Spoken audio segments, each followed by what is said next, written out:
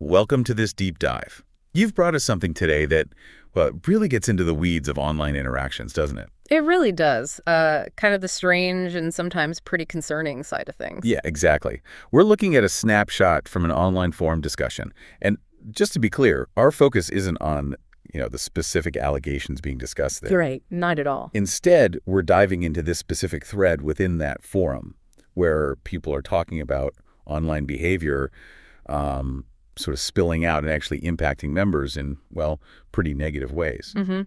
The core mission here really is to unpack what's being raised. Things like online harassment, doxing, revealing private info, that kind of thing. And what it tells us maybe about online communities more broadly. Exactly. And our source material for this is just that.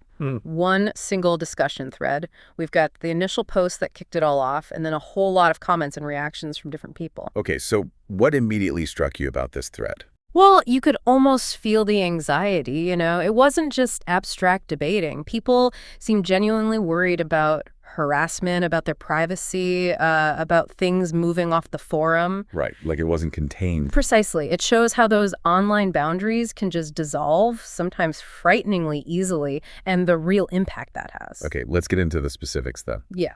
The first issue raised, the initial complaint, it describes someone from their community being targeted elsewhere. Yeah, cyberbullied, maybe even stalked on a totally different online platform. And how was this happening? Well, the details are quite disturbing. Apparently, screenshots of this person's posts from the first forum were being shared on this other platform. Okay. And while there might have been some attempt to, block out usernames on the screenshots, It wasn't effective. apparently not always. Huh? The claim was that in the comments section of the post sharing the screenshot, the targeted person's full username was just there, visible. Wow, so much for redaction. Exactly. And it gets worse. People on that other platform were reportedly, digging deep into this person's comment history. How deep? Years back, according to the post, looking for anything, any old comment they could use to make fun of them. That's intense. It feels like a real violation, digging through someone's entire online past like that. It really does. And it brings up that whole idea of context collapse, doesn't it? Explain that a bit. Well, you say something in one specific online group, right, with its own norms, maybe inside jokes. Sure. Then someone lifts that comment, strips it of all that context, and throws it into a completely different environment with a different audience. Yeah. The original meaning can just vanish. And it could be twisted. Yeah. Weaponized even. Exactly what seems to have happened here. It's like your digital history becomes this permanent record that people can mine for dirt whenever they disagree with you now. And what was the justification offered on this other platform for doing this? Because there has to be some sort of rationale, however flimsy. Oh, the rationale is something else. Apparently, they decided the person being targeted was actually a famous celebrity. A celebrity. Seriously. And because of this, this mistaken identity. I thought it was okay to share their info and dig through their past. That seems to be the logic, yes. That because they thought it was a public figure, the usual rules about privacy just didn't apply. That's a leap, a huge leap. It sounds like motivated reasoning, almost. It really does. Start with the conclusion we want to discredit this person and then grab onto anything, no matter how thin, to justify it. Like, oh, they talk like him or something. It bypasses any real scrutiny because it serves the group's goal. Precisely. This belief, this misidentification becomes a permission slip for behavior that would normally be way out of line. The original person who posted about this, they mentioned reporting comments. Yeah, they said they reported like 15 or 20 comments on that other platform, comments that apparently contained this identifying information about their community member. And what happened? They got a generic response back. Basically, we looked, didn't find any violations. Oof. That must have been incredibly frustrating. Absolutely. Especially when you feel you're seeing clear harassment happening. It really shows the struggle platforms have with moderation, doesn't it? Yeah, the scale is immense. And context from other platforms, that's hard to track. Nuance gets lost. So these generic replies, maybe they're necessary logistically, but they feel really dismissive if you're the one reporting harm. And the impact on the person targeted. According to the post, they were really distressed, said they were, quote, going into hiding, taking a break from online spaces. Which just shows these aren't just online spats. They have real emotional weight, real consequences. It's classic cyberbullying outcome, unfortunately. The aim is often to silence people, make them feel unsafe. Forcing someone offline like that, It shows the tactic worked. And this wasn't just an isolated incident, right? Others in the forum chimed in. Oh, yeah. That initial post opened the floodgates, it seems. Other people shared very similar experiences. Like what? Well, one person mentioned that someone on that same other platform went through their comment history Okay. and deduced their approximate age from old comments Why? to try and undermine their legal knowledge in some discussion they were having. You're kidding. Nope. Even though this person stated they are actually a lawyer, their professional expertise was just dismissed based on a guess about their age pulled from old posts. Wow. And did the platform do anything about that? Apparently, the moderator response was that guessing an age didn't violate the rules. That's chilling. Uh, It's like any personal detail can become ammunition. it's very ad hominem, isn't it? Attack the person, not the argument, using whatever you can scrape together. This sounds like classic brigading, too. Where a group coordinates an attack across platforms. Exactly. Overwhelm the target, shut them down. Any other examples? Another person talked about how their entire account history was examined by someone, and their account was labeled suspicious. Why? Because their early posts weren't diverse enough, apparently. Didn't show enough different interests. Judging someone's past online self. That's intense. Like you can't evolve online. It feels like a weird form of online gatekeeping, right? Yep. Constant surveillance of your past. Yeah. And someone else just flat out said they recognized the tactic. Digging through histories. Old news in these fights, apparently. Suggests it's a known strategy, yeah. But then one account got more specific, pointing fingers. This person claimed that supporters of one particular individual central to the forum's main topic Yes. were systematically using this history digging tactic. The accusation was they do it to label anyone questioning the sort of official narrative as being like a secret supporter of someone else involved. Ah, so a way to discredit dissent, paint them as biased. Exactly. A deliberate strategy, it sounds like, to control the conversation, create an echo chamber. By labeling people, you can just dismiss them without actually engaging with what they're saying. It's classic polarization. In groups, out groups. Simplify everything. And this person also mentioned that some of the people doing this were trying to justify their own rudeness. Yeah, claiming they tried to be civil before but got hostility back from these supposed other side people. Sounds like a bit of whataboutism. Could be. A way to deflect from their own behavior by pointing fingers. It often relies on a very selective memory of how things went down. Someone else brought up a broader point too, didn't they? About the general tone. Yeah, questioning the overall culture being allowed on these other platforms. Not just about rule breaking, but the vibe, you know? What kind of behavior is implicitly okay? That's important. The unwritten rules often matter more than the written ones. They shape the whole experience. Who feels safe talking? Then there was someone who was just blunt about it. Oh, yeah. Called digging through common history pathetic and crazy. So they'd only ever do it if they were being personally harassed, maybe to understand where it was coming from. That's quite refreshing, actually, acknowledging it's invasive. Setting a boundary. Like, it's not okay as an offensive tactic, only maybe as a defensive measure in specific situations. Right. Proactively digging for ammo is totally different from trying to understand an attack you're already facing. Okay, but maybe the most concerning story came from someone whose comments were screenshotted and reposted. Yes, for roasting, as they put it. And that led to more. Much more. It apparently spilled over. Their followers on other platforms started creating conflict, and it escalated to direct harassment, threats even. That cross-platform pile-on is terrifying. It really is. Shows how these things can escalate fast, moving from one forum to coordinated campaigns across multiple sites. Anonymity definitely fuels some of that. This person mentioned specific platforms, intense DMs. Yeah, really alarming stuff, hateful messages.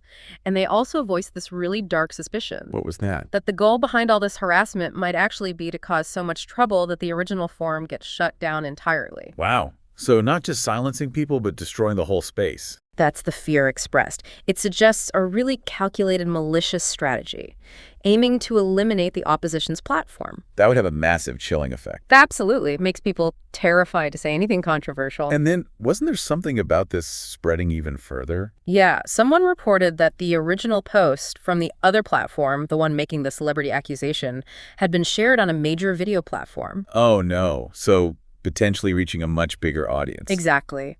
Raising fears the targeting could escalate again. It shows how quickly things can amplify online. Content just jumps platforms so easily now.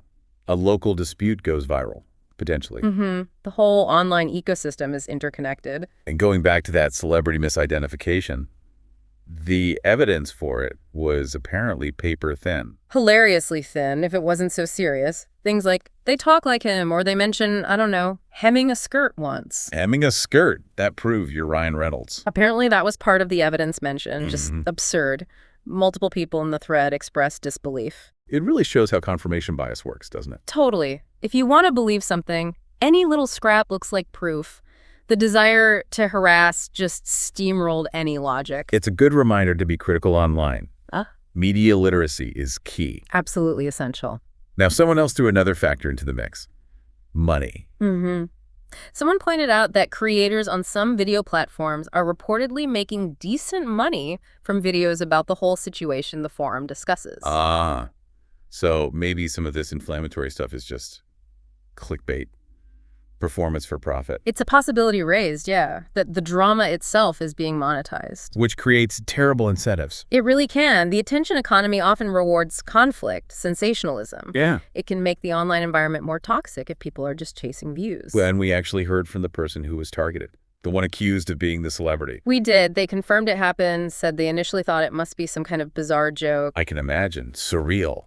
Totally. They even tried to reach out to the person who started it, apparently, inviting them for coffee, trying to clear it up. Wow. And what about their experience with the platforms? They highlighted the contrast, said the platform where the harassment occurred found no violations. Despite the reports. Right. Whereas the moderators of their own forum were immediately supportive and helpful. That first-hand account is so valuable. Shows the inconsistency in moderation. Definitely. Different rules, different enforcement, different resources. Leaves users feeling pretty exposed sometimes. And this person also mentioned seeing a growing mob mentality. Yeah, they observe things escalating online, maybe fueled by certain events or online personalities. They express concern for others getting harassed just for sharing factual info. But they plan to return after a break. Which shows some resilience, right? And highlights how important that community support must be. Knowing people have your back when other platforms don't help. Exactly. It provides that validation, that safe space. Amid all this, were there any practical suggestions? For safety. Yes, some people offered advice. Basic online safety stuff, really. Be careful what personal info you share. Hide your post history if you can, though others pointed out that feature isn't foolproof. Right. And definitely reach out to moderators for help, using the tools available. Good reminders. Basic online hygiene is more critical than ever. For sure. Empowering people with that knowledge helps. What was the general feeling from others reading about this? A lot of shock, honestly. Disbelief at the level of perceived hatred and just unhinged behavior described. It's a natural reaction, I think. It challenges your idea of how people should interact online. Shows the darker side of anonymity and group dynamics sometimes. But the moderators of the original forum were responsive. Seem to be, yeah. Offering support, reminding people about alternative accounts for privacy. That kind of active moderation builds trust. Definitely. Acknowledging the problem and offering solutions. One person had a particularly strong take comparing the other platform's environment to, like, notoriously toxic online communities. Ooh, strong words. Yeah. And they mentioned concerns about alleged past instances of doxing there. They felt the harassment wasn't random, but a deliberate pushback against the expert opinions shared in their own forum. Like their forum was seen as a threat. That was the implication, that the informed discussion there challenged the other side's worldview, so they resorted to harassment. Recognizing those patterns of toxic behavior is important. Vital for trying to keep online spaces healthy. And one final point someone made.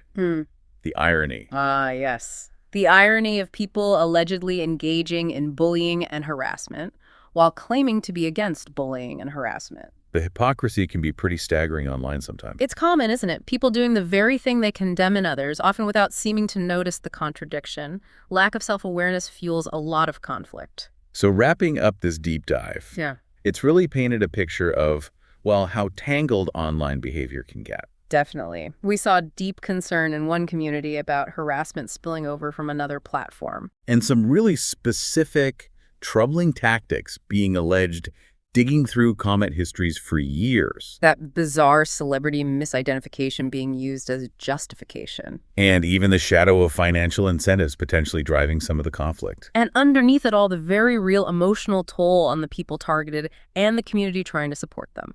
Absolutely. And thinking bigger picture, this whole situation really throws a spotlight on the challenges we all face online, doesn't it? It does. Whatever topic brings people together online, these issues, harassment, privacy invasion, misinformation, they're always lurking. They can really poison these digital spaces. Which leads us to a final thought for everyone listening. We live so much our lives online now, the lines are blurry. So thinking about everything we've discussed today, what do you think? What are the responsibilities both for us as individuals and for the platforms themselves when it comes to tackling this kind of cross-platform harassment? How do we stop online conflicts from causing real-world stress and fear? It's a huge question. No easy answers. No easy answers at all. But definitely something worth thinking about as we all navigate our own online interactions.